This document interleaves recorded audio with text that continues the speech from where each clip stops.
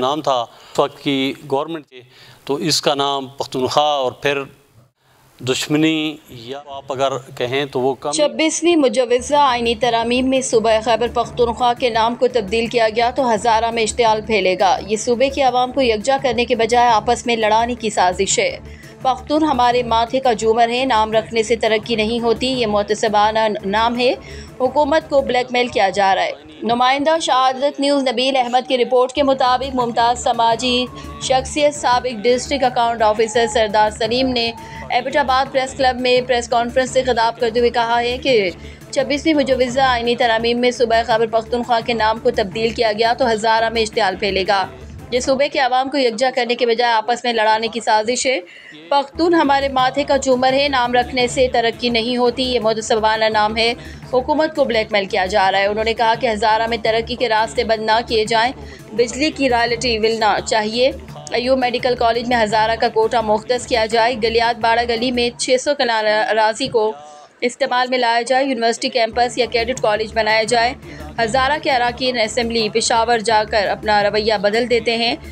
سردار سلیم نے خبردار کیا کہ صوبے کے نام پر ہمیں اشتعال نہ دلایا جائے۔ جماعت اسلامی، مسلم league known, P T I کو سامنے لانے میں ہزارہ وال کا بڑا کردار ہے۔ یہ بہادر قوم ہے، آئینی ترامیم کے نام پر ناانصافی قبول نہیں ہے، نام تبدیلی کے بجائے صوبہ ہزارہ کا نام بھی شامل کیا جائے۔ انہوں نے کہا کہ تمام متحرک رہنماؤں کو کردار ادا کرنا چاہیے، اس وقت یکجا ہو کر اپنا حق لینا چاہیے۔ یا ایک مجوزہ آئینی ترامیم جو ہو رہی ہے اس میں بیتی گنگا میں ہاتھ دھونے کے لیے قومی جو ایک پارٹی ہے انہوں نے اس کی ایک شک ہے، انہوں نے یہ تجویز پیش کی کہ جہاں ہمارے صوبے کا نام خیبر پختونخوا تھا اس کو خیبر کو بھی بیچ میں سے ہٹا کے صرف اس کا نام جو ہے وہ پختونخوا رکھا جائے۔ یہ ان کی ایک بلیک میلنگ ہے یا ان کی ایک اپنی سوچ ہے جو کہ انہوں نے اس سے پہلے بھی کی۔ ہمارے صوبے کا جو نام تھا اس وقت کی گورنمنٹ تھی اس کو مجبور کر کے تو اس کا نام پختونخوا اور پھر ہمارے کچھ حمایدین اس میں شامل ہوئے۔ ہزارہ دشمنی یا بغض کو آپ اگر کہیں تو وہ کم نہیں ہوگا۔ خیبر کا نام بھی ہٹا کے جیسے کہ اس کا نام پختونخوا رکھ رہے ہیں،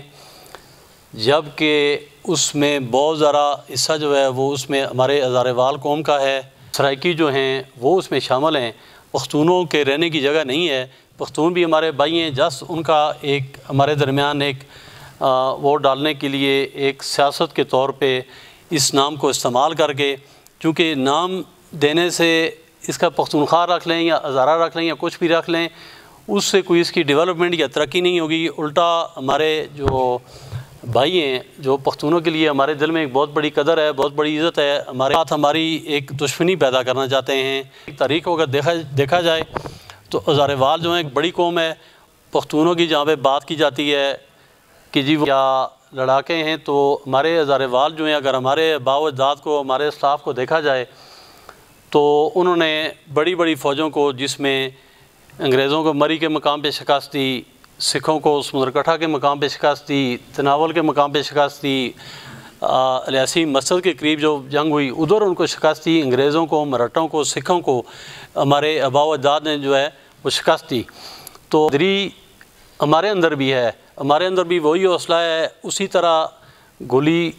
کھانا بھی ہمارے لوگ جانتے ہیں، اس کو چلانا بھی جانتے ہیں، لیکن صرف فرق اتنا ہے کہ ہمارے ہزارے وال جو ہیں وہ پڑھے لکھے ہیں، لٹریسی ریٹ جو ہے وہ زیادہ ہے۔ تو پیپلز پارٹی کے نعرہ بٹو، جی اے بٹو کا نام لینے والے ہزارے میں بھی بہت زیادہ لوگ موجود ہیں۔ جماعت اسلامی کو دیکھا جائے تو وہاں بھی میری جان جوانی جماعت اسلامی کہنے والے بہت سارے لوگ جو ہیں وہ ہزارہ میں بستے ہیں۔ مسلم لیگ کی بات کریں جو موجودہ گورنمنٹ جن کی ہے، اگر وہ پھر اسی طرح شیر ایک باری پھر وہ کہنے والے بھی یہاں پہ ہمارے بھائی ہیں۔ پی ٹی آئی کے بہت بڑے یہاں پہ ورکر ہیں، تو